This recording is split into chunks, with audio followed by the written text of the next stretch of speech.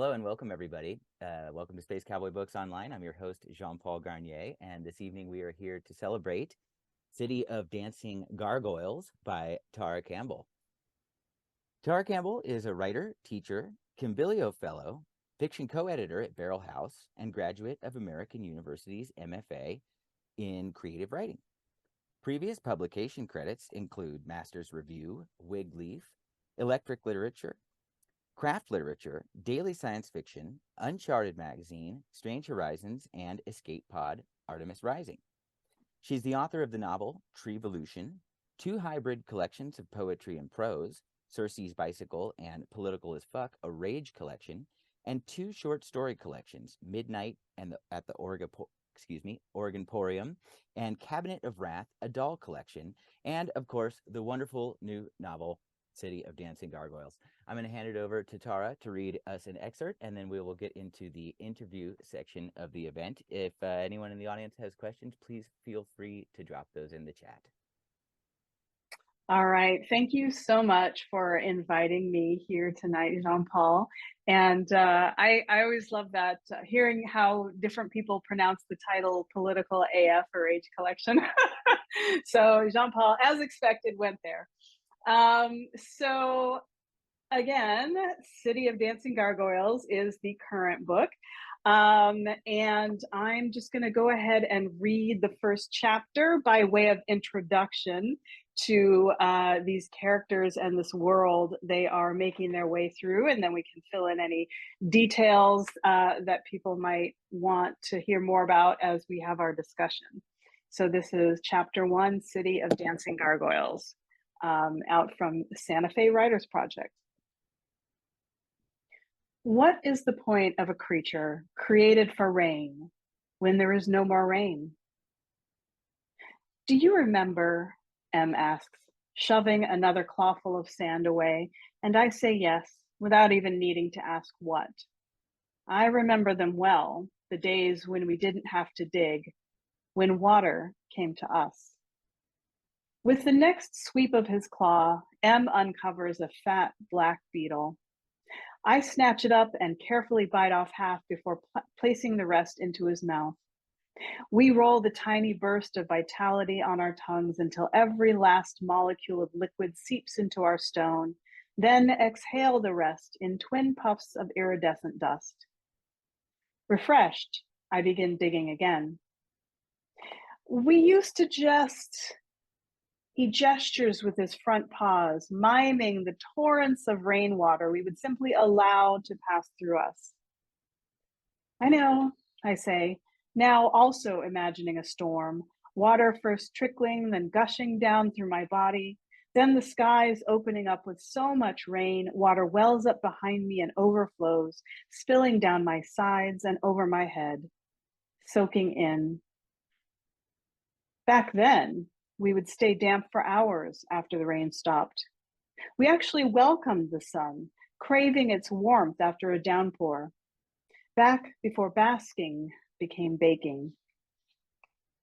M pokes a claw into a divot in the sand and pulls up another beetle. He gives it to me to bite in half. My eyesight is keener, my tongue nimbler, my teeth sharper, and he trusts me. When we were still up on the church tower, I was around the corner from him, protected from the worst of the sun and sand blasting wind, so I've retained more of my original features. M's hearing, however, is still keen, and he's the one who had the visions, a foretaste of the crumbling, the falling, the long, dry future before us. More than a century ago, he began foretelling these dusty days of want. And because I trust him too, we prepared, looking out from our perches to the north and the west, planning where we might go. We were among the lucky ones, carved with complete sets of limbs. We were able to move around after the abandoned church finally fell. Granted, on the ground, I'm not as graceful as I might have looked, coiled around a rabbit high up on the parapet. For whatever reasons, my sculptor added 4 stumpy legs to my long, sinuous shape. M's sculptor had more sense, endowing his powerful lion's body with wings large enough to lift him, and conveniently, me as well. I'm light enough to carry, but M's also getting weaker. For the moment, we're surviving together. But up there on the wall, I couldn't have imagined how bad things would get, how deprivation would really look and feel, how thirst could hollow out an already hollow being. The wind shifts a dusting of sand onto our heads from the lip of the hole. I look up and am startled at how deep we've dug. We'd been so intent on following the trail of beetles. We'd better go, I say. M nods in agreement. If the sand shifts and traps us, I doubt anyone would be strong enough to dig us out, if they even came to look for us. M jumps and unfurls his wings, careful not to touch the sides of the hole. He pumps for lift while I wind myself up his leg in our practiced manner. This time, I don't bother to coil around his whole body to distribute my weight because we're only flying far enough to ensure we won't get buried. We touch down and begin the trek back to the church. This also is new. We used to fly back. He would glide easily, wings outstretched over scraggly creosote and spindly mesquite, far above dusty earth before it completely dried out, while I scouted out sources of moisture below. It was easy at first. We weren't selective, didn't care whether a trickle of water was muddy or clear, whether an animal was alive or dead. If carrion was too far gone, we could at least consume moisture from the flies or their offspring. Now a maggot would be a plump luxury. A stream would seem an ocean. And so we walk, because even as brittle and light as I've become, I want M to conserve his strength. As though reading my mind, he asks, "Today?" Let's talk after we rest. We trudge back toward the remnants of the church. Those of us who remain have developed the custom of spreading out to forage in the morning, then returning to the shade of what little still stands in the hottest hours of the afternoon. We settle in among the other gargoyles and does, never quite sleeping. We were all fearful of resting at first, afraid we would succumb to exhaustion and desiccation and simply cease. But we've discovered that rest is helpful, that we can close our eyes and pretend we're back in the time of rain. Opening our eyes to the early evening with its break in heat is a small gift every day. This time, when I open my eyes, I look around at the others. I don't see Vlad, I murmur. Or Beatrix, M says. Or Winsome, adds another gargoyle who's overheard us. It's been days. M and I look at each other. We excuse ourselves for the evening forage. No story today? Quasi asks, turning expectantly toward M. Maybe later. He barely looks at her before heading for the exit. M and I begin scanning for dimples in the sand almost as soon as we step out through the broken arch of the church door. It's much too close to find anything, but it's habit. Tonight? He asks softly as we head away from the grunts of stirring gargoyles. I open my mouth, but don't know what answer I'll give. We've never been more than a few miles from the church. Even when M had more strength, he'd only fly so far that if anything happened to him, my stumpy legs could carry me back within a day. He's always been the more apocalyptic thinker of the two of us, but now, faced with the real possibility of leaving, I want to catalog the dangers. The problem is, I don't know them. Not exactly. Has anyone ever come back? I ask, mainly to stall for time because I already know the answer. Not that I've heard. I stick my claw into a divot, feeling nothing. But maybe some of them have made it somewhere better now. Some have to have, right? M hesitates, probably also recalling the fractured, lifeless gargoyles we've spotted face down in the sand on our forays. Maybe. Maybe the ones who left earlier would have had enough strength to make it somewhere else. There's no way to know. No rules for this, since it was never supposed to happen.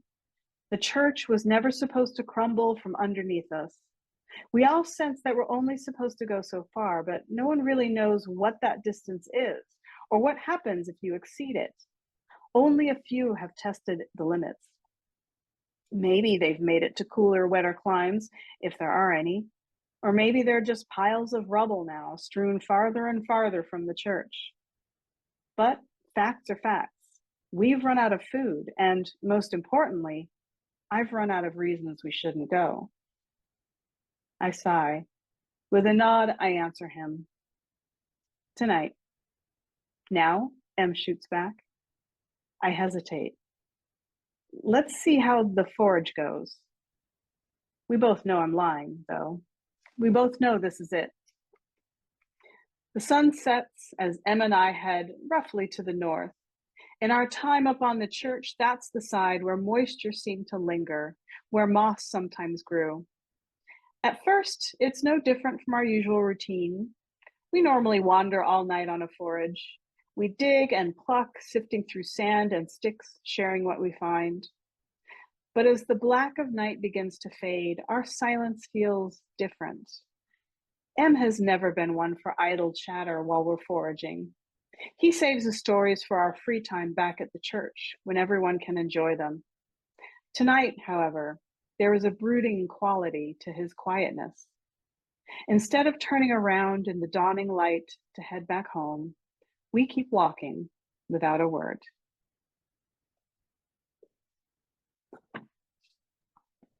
Thank you so much, Tara. Thank you. Thank you so much for hosting me and letting me read that excerpt. Always a pleasure and always wonderful to hear your work in your voice. So, City of Dancing Gargoyles has a really interesting format. It switches between epistolary and more traditional novel narratives. What made you decide to mix these formats and to tell your story, and what advantages did it provide you? Well, the book actually started as a series of stories, individually written stories. I had not planned on writing a novel. And so this was my sort of COVID writing strategy, just to try and give myself a writing prompt. So I could just get started every day because, as you know, with a lot of us writers, we weren't able to concentrate enough to write.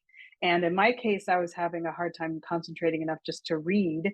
And so I saw a novel pre-writing technique by Michael Moorcock that featured deliberate paradoxes.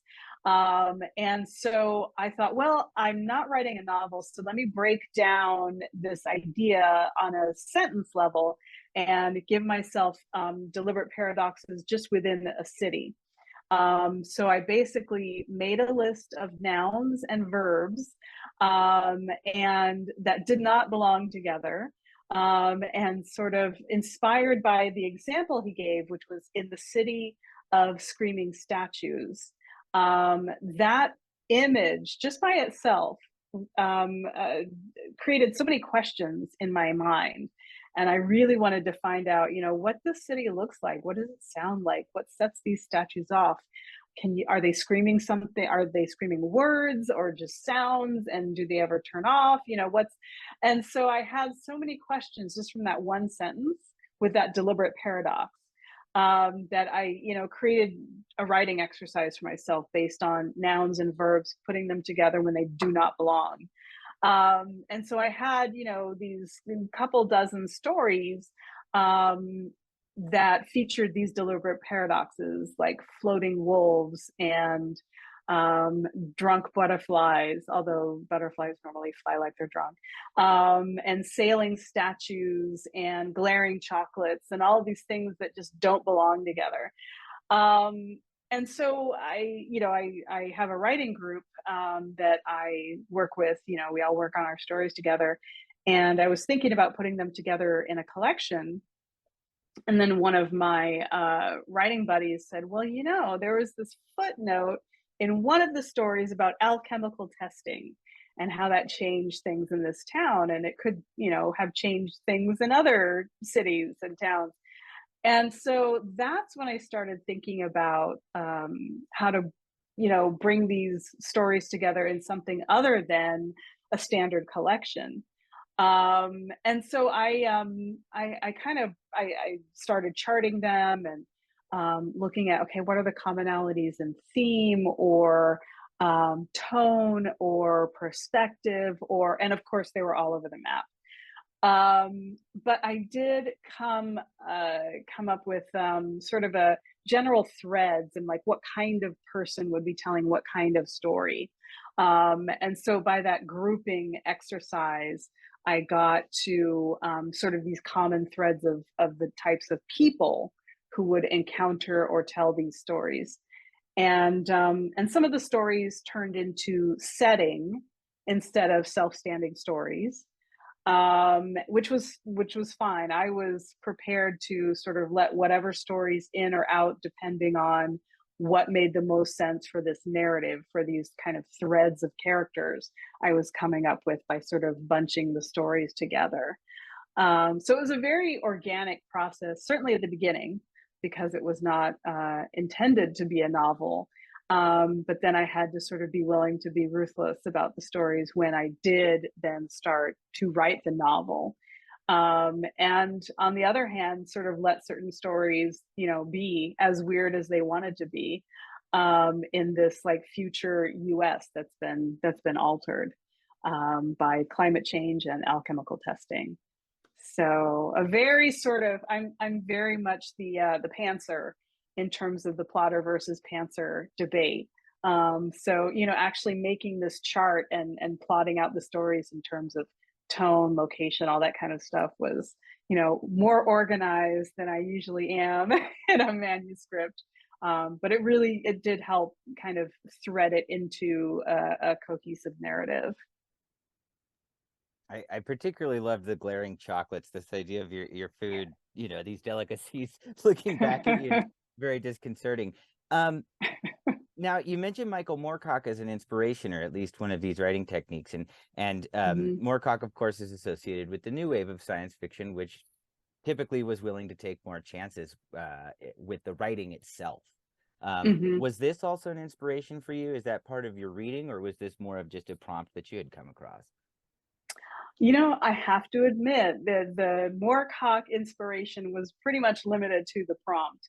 Um, and I think the experimentation with form was more a function of my writing flash fiction, and how much room there is for experimentation in that genre. So prior to this book, I had been, writing sort of what we call hermit crab flash, where you write something in the form of another thing. So report, a letter, emails, what have you, forms. You write a story in another form that you're not used to seeing as fiction.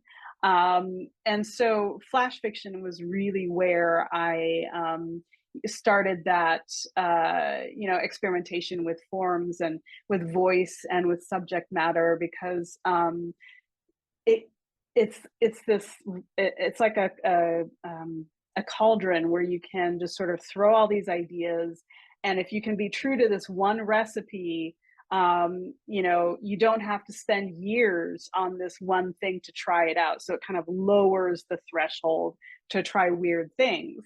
And so that really has been instrumental in terms of stretching myself and just giving something a try, without having to worry about spending 2 years on a manuscript that doesn't seem to be going anywhere.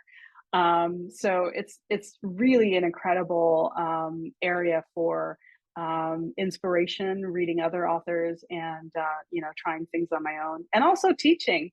When I teach flash fiction, my students always have things I would never think of. Like, I will write these prompts, and these students will come up with just astounding variations. And so it's like this continual circle of inspiration and excitement about just writing weird stuff. I love it. I love it.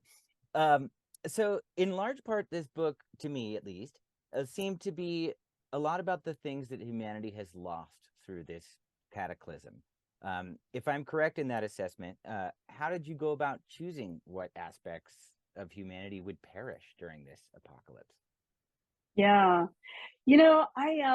It's interesting to me that the book is, I mean, rightly so, is classified as post-apocalyptic because I was not sitting here thinking I'm writing a post-apocalyptic book. Just in the same way as like I think probably the first horror story I published, I was like kind of shocked when it came up under the horror category, because I was like, it's just about a novelty ring exacting vengeance when it didn't get what it wanted. But anyway, so I in terms of thinking about the future and what we're losing, it's just basically an extrapolation from what we're willing to give up today, right? Like we're willing to give up our environment for comfort. We're willing to give up our safety to own firearms. We're willing to, just kind of barter the future against some convenience in the present day, especially with if you look at, AI and how much water and energy that uses up, Um, so so I basically just kind of extrapolated. There's always going to be haves and have-nots. There are always going to be people protecting their own interests. There is not always going to be water.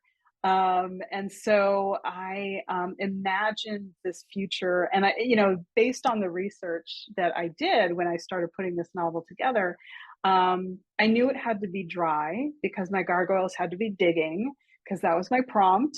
And I'm like, well, why are they on the ground in the first place? So okay, I guess they're looking for water, and the church crumbled. Okay, so it's like desertification, right? Um, and so I started doing research into water. And that's kind of what landed me in the Southwest, notably the lack of water that will be in the future. And I see the future more as kind of a gradual crumbling, like the church that the gargoyles were on. So this is what happens if there isn't one cataclysmic event, but rather just kind of a gradual enshittification of of the environment. And people are still kind of clinging on to their ways. There are still pockets of comfort and pockets of technology, but there are other people who have been affected.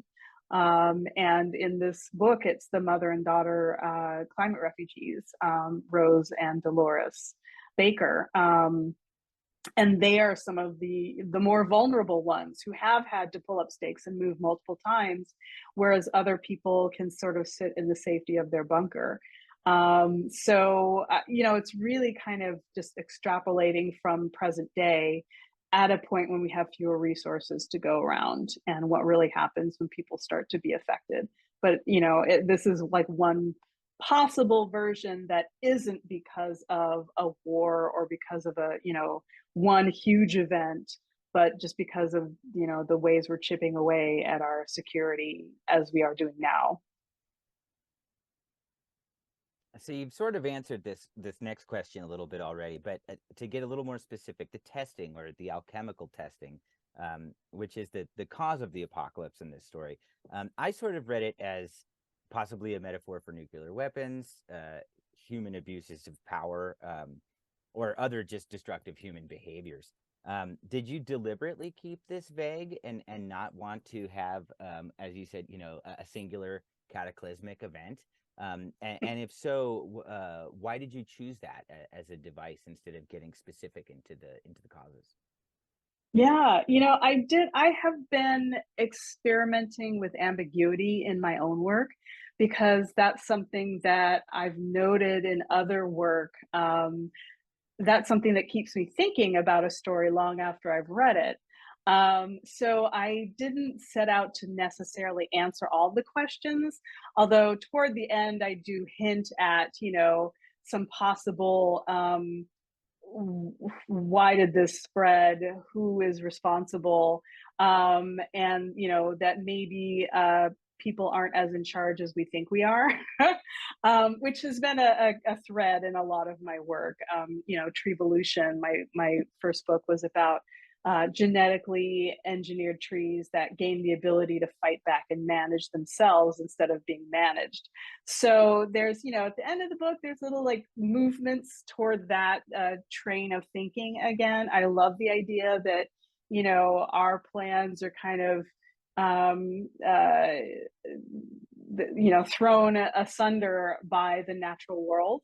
But I don't get super specific because one, ambiguity is something that I'm cultivating in my work. But two, as we sort of stumble through our daily lives, we don't know all the answers.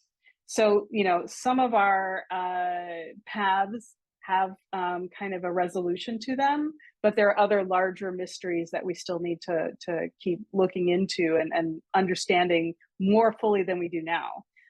So we understand some of what's going on around us, but we don't know all the reasons. So that's also, I wanted to make that gesture toward, toward how life is, and that we can't expect everything to be wrapped up, even if parts of it are. Um, it's kind of a risky strategy. I mean, it's easier to get away with that, quote unquote, in a story than a whole ass book. But this is, part of my like trying to stretch boundaries and stretch comfort levels, perhaps. And so yeah. So that's, maybe there's a sequel coming. Like with all of my books, I don't quite know yet. Although I have been, sort of making notes and working on potential sequel, but yeah, so that's something that I want to sort of give people the ability to wonder about, and not have everything tied up into a little bow. The way you describe it, it almost sounds like interjecting a splash of existentialism into what we think of as the current form of novels. I love that. So, and this ties into your previous book, which I haven't read yet, but now I really want to. Many of the non-human entities and things in this book have become sentient through your world building, and in a way, it sort of felt like an uplift tale, like the hopeful side. And I wonder, is this sort of an uplift tale, or is this a device of anthropomorphizing for emotional effect? Yeah, I think it's basically wish fulfillment on my part. I feel like we as a species have effed up so many things. And if when we're gone as a species, the earth will quite happily survive us, even more happily. And so I think it's for me just kind of like, if only a wish fulfillment strategy on my part that just brings me personal pleasure, to imagine other ways of managing this planet being more successful than ours. So yeah, and I don't know, as a speculative writer, I'm always up for decentralizing humans or decentering humans in work, and writing speculative fiction is a great way to get at that. Yeah, and for those that haven't read the book yet, it is filled with this wonderful and crazy imagery, gun-toting trees and so forth, which is pretty delightful. Um, Another one of the themes that I found in this book is really about finding acceptance in times of drastic change. And I wondered if you could speak more about this and some of the hopeful elements of the book. Yeah. There's that sort of found friends trope that a lot of folks use, hashtag found friends or found family, I should say, found family. And I didn't realize I was writing it at the time, but I certainly was. And I think that is going to be a more important element in our increasingly fractured era. We've already been fractured by sort of being able to find our different networks online and, not really coming together IRL, kind of like we're doing tonight. You can kind of seek out your comfort level and not necessarily be challenged as much depending on what kind of networks you seek out. And when our technology breaks down or when we don't all have access to it as much as we do now, we're going to have to find a way to, relate to each other person to person. And so that's a lot of what's going on, or person to, gargoyle. But that's a lot of what's going on in the novel. And I think sort of going outside the human realm allows us to sort of look at, what do other things need in our environment to thrive? And then maybe we can get around to asking, well, what do other people need in our environment to thrive? And so just kind of removing oneself from everyday concerns, perhaps gives us room to expand our mind to, well, if we can empathize with, a drunk butterfly, or if we can empathize with someone shelving bleeding books, then maybe we can empathize with, less fantastical things, and kind of open up to see different points of view more readily than we normally would. I also love that bleeding books chapter because in a way, I mean, writers pour so much into their books that in a way it's not that far off from reality. Yeah. So you touched on this already a little bit, but I do want to ask, because I had the privilege of publishing one of the pieces of original Flash that became part of this book, and a lot of them first appeared in magazines and so forth. And I wonder when was the moment that you knew that this was one story? I mean, you mentioned someone in your writers group suggesting it, but like, when did it click and you knew it was going to work and this was going to be the book? And what was it that made you know that that was going to happen? Yeah, a lot of novelists will say, try to write the first draft as quickly as you can, so it'll be sort of in the same mind space. And I found that kind of did organically happen with this book, because I was writing all these stories basically in 2021. Early 2021 is when I started writing these in the city of stories. And then in, I guess, late 2021 is when I started, thinking about a collection. And then, my writing group gave me the idea of putting it all in one world. And I went back and looked at my records, and I started doing a lot of the climate research in early 2022. I have all these files, all these like dismal, maps of like disappearing water and stuff. And I'm like, oh my God. So that's how water became a main theme. The gargoyles and water just kind of, okay, this is a larger thing than all these individual weird things happening. And so I think once I got to that environmental theme, that's when it all seemed like, okay, this is in the West. And once I knew where it was, I actually started plotting points on a Google map of all the routes of these characters in the story. And once I could visualize, okay, they could go from here to here to here. I think that's when it really clicked that this was a unified narrative, and not just me trying to sort of pull in every single story I could. And I was prepared to leave stories on the cutting room floor, but I found that I used all of the material, if not in story form, as I mentioned, as character or as setting, so it all wound up fitting. But I needed that sort of visual of the map, I think, to really crystallize that, okay, this is a whole environment, and this could sort of, by fictional logic, this could happen. So as you mentioned, a lot of the book takes place in the backdrop of the Southwest, but the book also alludes to and mentions several times the Joshua Tree, the little town has been burnt, and Space Cowboy Books, the bookstore, is in Joshua Tree. So of course I'm looking out my window thinking about this. Oh no. And I wonder, just on a personal level, what inspired you to use Joshua Tree in particular? Because it's such a bizarre landscape, and to think of it burning, which, gosh, there's fires not very far from here. It's such a terrifying visual. Yeah, well, I have never actually been to Joshua Tree, and so that's one of the reasons it fascinates me. You see pictures and you just want to go there, and I'm hoping to go there, next year. And just the whole Southwest, just seems so precarious.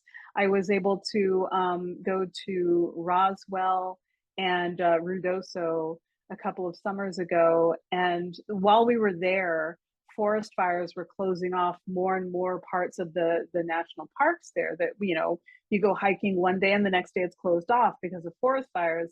And so I think that really hammered home how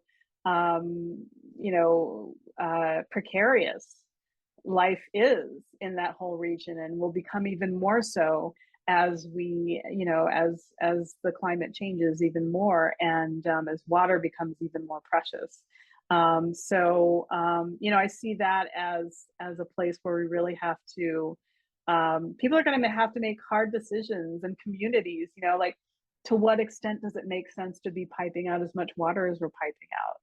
Especially when you consider that the Colorado River Compact was made based on flawed numbers, flawed amounts of water, and is in dire need of an update. So I that the whole Southwest region seems to be one of the areas that's going to be sort of the canary in the coal mine in terms of, like, how do we keep our standard of life? We can't keep living the way we're living. And so I saw that as, fertile ground for this kind of conflict to come to light. But I really do want to visit Joshua Tree, and I hope to meet in person someday. Well, when you do, I'll have to take you down to the Salton Sea, which is one of the more particular water-based ecological disasters in California. I still want to go on a rant about climate change in Joshua Tree, but we'll save that for another time. There's a lot of fodder there. So switching gears a little bit, what made you choose to have some of the main characters sentient gargoyles? Why gargoyles specifically? Yeah, it was because that was the story that was not resolving itself immediately. So I had chosen these words, gargoyle and digging. And as I alluded to earlier, I was trying to figure out, okay, why are they on the ground? What are they digging for? But once I figured that out, they were just digging, and the story wasn't going anywhere. But I love all kinds of sort of dinosaur gargoyle kind of, imagery. I have these little dinosaurs hanging on my ears tonight. So I didn't want to let their story go just because they weren't doing anything. So I kept coming back to them. And the more they had to interact with out in the world, then I figured, okay, well, that's going to, give them something to do. So they were two creatures that had to strike out on the road. So I could have stuff happen to them and have them encounter things and have them have to change and grow and adapt. So really it's, kind of I've been obsessed with gargoyles for forever. And there's a book called American Gargoyles that, just all this imagery of gargoyles in the US, right? You think of gargoyles in Europe. We have a wealth of them here, and not all in the National Cathedral in DC. I had encountered that book, I don't know, 10, 15 years ago, maybe 20 years ago. And it's always been on my bookshelf, and I'll take it out now and then. So I always had this obsession with gargoyles, and I was frustrated that that particular story wasn't going anywhere. So I just had to keep going back and give them a chance to be stars. And is there anything specifically stylistically about American gargoyles that differs from European gargoyles that intrigued you? I think especially a lot of the ones on the National Cathedral are kind of like stockier, and they're just, I guess, more substantive in a way, like they're blockier than European gargoyles. And so it was fascinating to kind of see how, hardy these gargoyles are, and how varied they are. In fact, I heard about some sort of pseudo gargoyle history in Seattle, actually. They weren't technically gargoyles, they were grotesques because they didn't have water flowing through them. But there was a civic building in what became the grounds of the World Fair downtown that had these four grotesques of griffins with shields.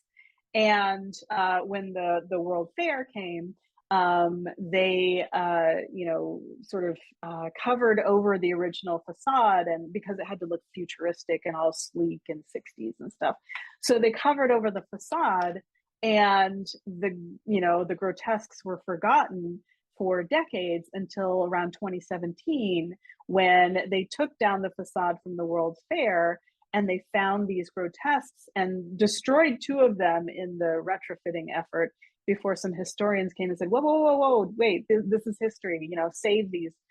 So they painstakingly removed these griffin grotesques with their shields that they were holding, and placed them to the side and finished the renovation. But unfortunately, because they were not marked or tagged or in any way sort of separated, these two griffins got thrown away with the rest of the construction waste.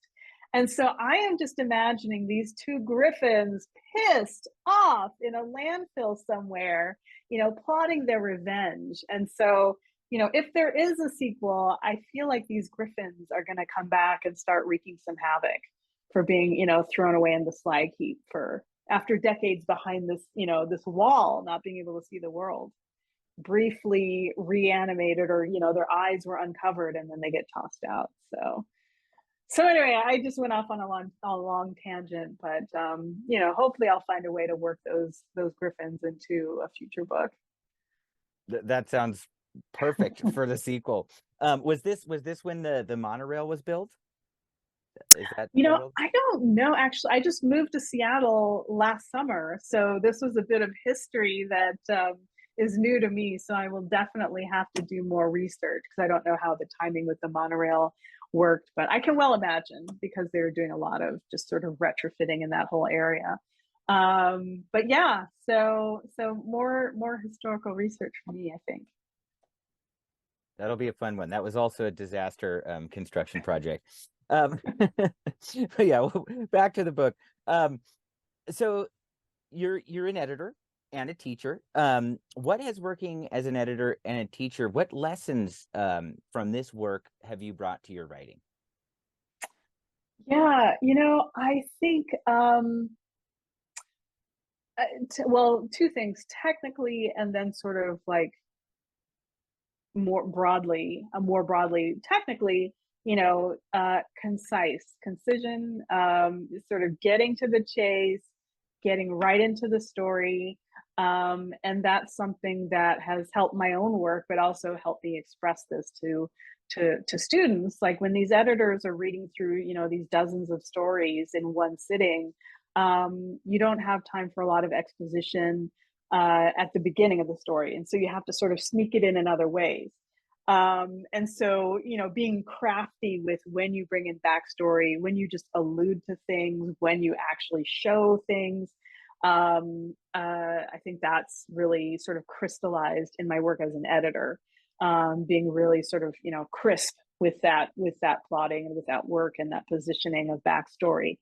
And then in terms of, the broader terms is, to be as weird as you want to be, because we see a lot of stories come through the submission queue that, like, they're well done, they're well written, they're good stories, they're like the plotting is on point, the character development is there, you can tell they've taken great care with the language, but there isn't that little bit of weirdness that marks, say, a market like Barrel House Magazine. And the weirdness is what makes the story memorable for us.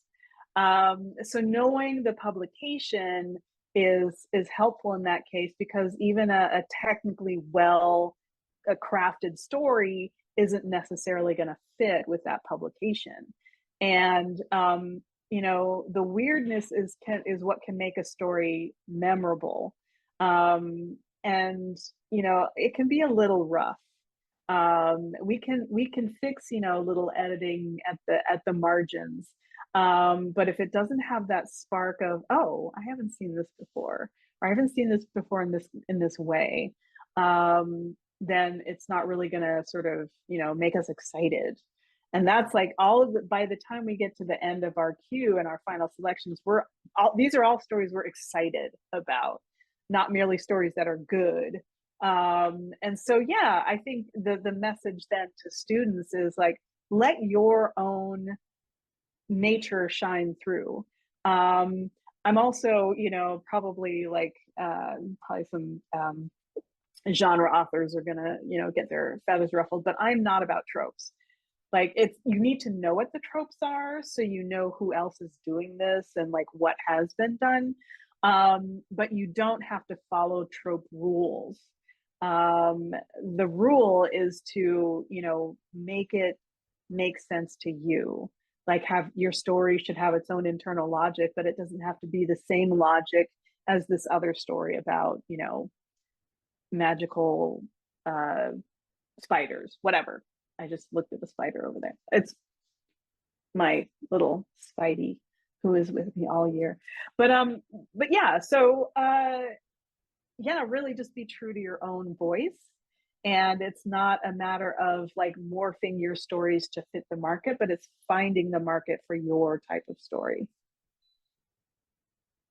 That is good sound advice. So, what are you currently working on? I know you're on a big book tour. I think you're at Hugo House tomorrow, which is a wonderful Yes. place in Seattle. What are you currently working on aside from your book tour, or talk about your book tour as well? And what's coming up next for you? Yeah. Well, what I'm working now is reading this bad boy. That's like the top of my TBR list right now. No, actually, I've been writing a lot of interviews, quite frankly, and social media posts and so on. But I am looking forward to doing some deep reading. I'm doing a workshop coming up with Claire and West where, and now I'm going to blank on the authors, but I'm focusing on collections by Kim Fu, Brenda Peinato, and Talia Kaluri. And that's so I'm going to be going back through their collections and doing deep reading to lead some discussions. I'm also going to be doing a residency with it's a combination with Clarion House and Hedgebrook retreat. And so we're going to be doing some work like working with Octavia Butler's influence and doing some writing based on that. So yeah, it's going to be a lot of sort of teaching focus, but enjoyable because I get to reread these stories I admire so deeply. Yeah, so not a lot of writing, but I do just sort of scribble my notes in between, with things like the grotesques, and I've been doing a lot of research into fungi and things like black mold because hint hint they are going to play a big role, and in fact they already have, you just don't know it in this book.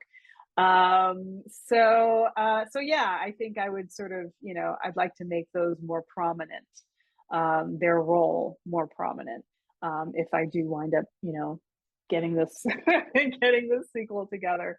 But yeah, now I'm just sort of doing a lot of reading for teaching and then for research for a fungal world, because it's the microbiomes world, we're just living in it. Absolutely. Well, I hope you're not having any personal experiences with black mold up in Seattle. If you ever want to know about the physiological effects, I could fill you in. It's awful. But Oh my gosh. very fascinating stuff. Tara, thank you so much for joining us tonight. It's always lovely to see you. Always lovely to hear you read your work.